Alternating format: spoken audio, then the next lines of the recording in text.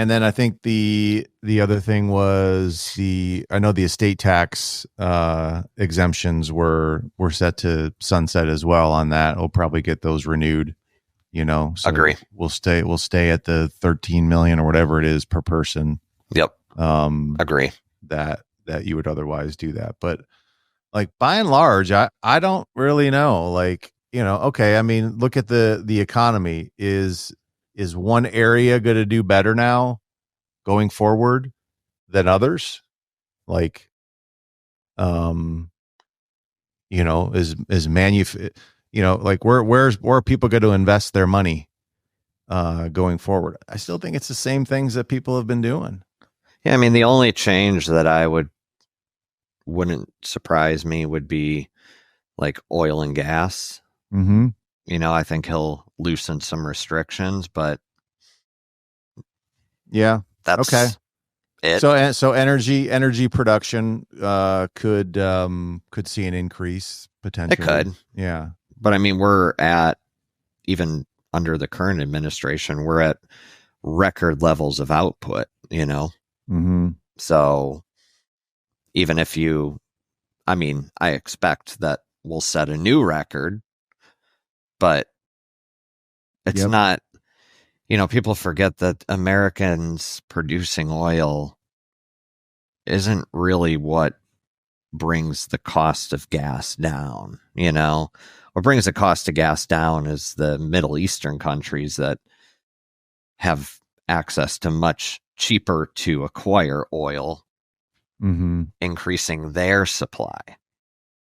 Yeah, this all comes back to supply and demand. It's really kind of simple, and that fact gets overlooked way too much.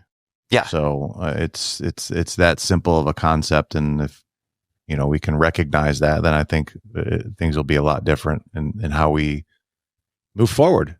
But where was I going to go next on that? I had a thought.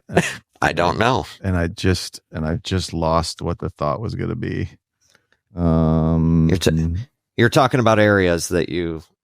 Well, I guess another one would be real estate too. He's a real estate guy, so he does like to make things favorable for real estate as much as he can. What's the most favorable thing for real estate investors? Low interest rates. It's low interest rates. Absolutely. Now, that could be good for some people who got into some real estate, probably 2021, 2022, if they bought properties or something like that in those time, like right before interest rates went up or when interest rates were going up and had adjustable mortgages or anything like that, which is very few people anyway. But it may be like, I'm thinking like for people that are looking to acquire their buildings, that may be an opportunity to start looking at that right now. Yeah, rates going down is definitely favorable to buyers. Yeah, but on the flip side, when rates go down, prices go up. So we also thought that rates going up were going to push prices down, which it did not. No, not very much at all. So I really don't have an idea of like when that's going to occur. And, most people that I've heard said that prices didn't come down, at least. Well, I'll say this: prices did come down in commercial real estate. Yes, but that was not because of interest rates. That was because COVID changed the landscape of work from home, and now there was millions of empty offices. Yeah, there was a high supply. Again, it goes back supply and demand. It goes back to supply and demand, exactly.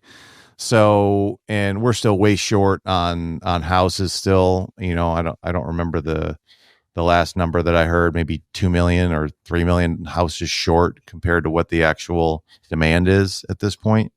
So I don't think housing prices are going to really. I don't think that's going to go down anytime soon. But you may be able to find a building for your location at some point, and that would be beneficial for you long term.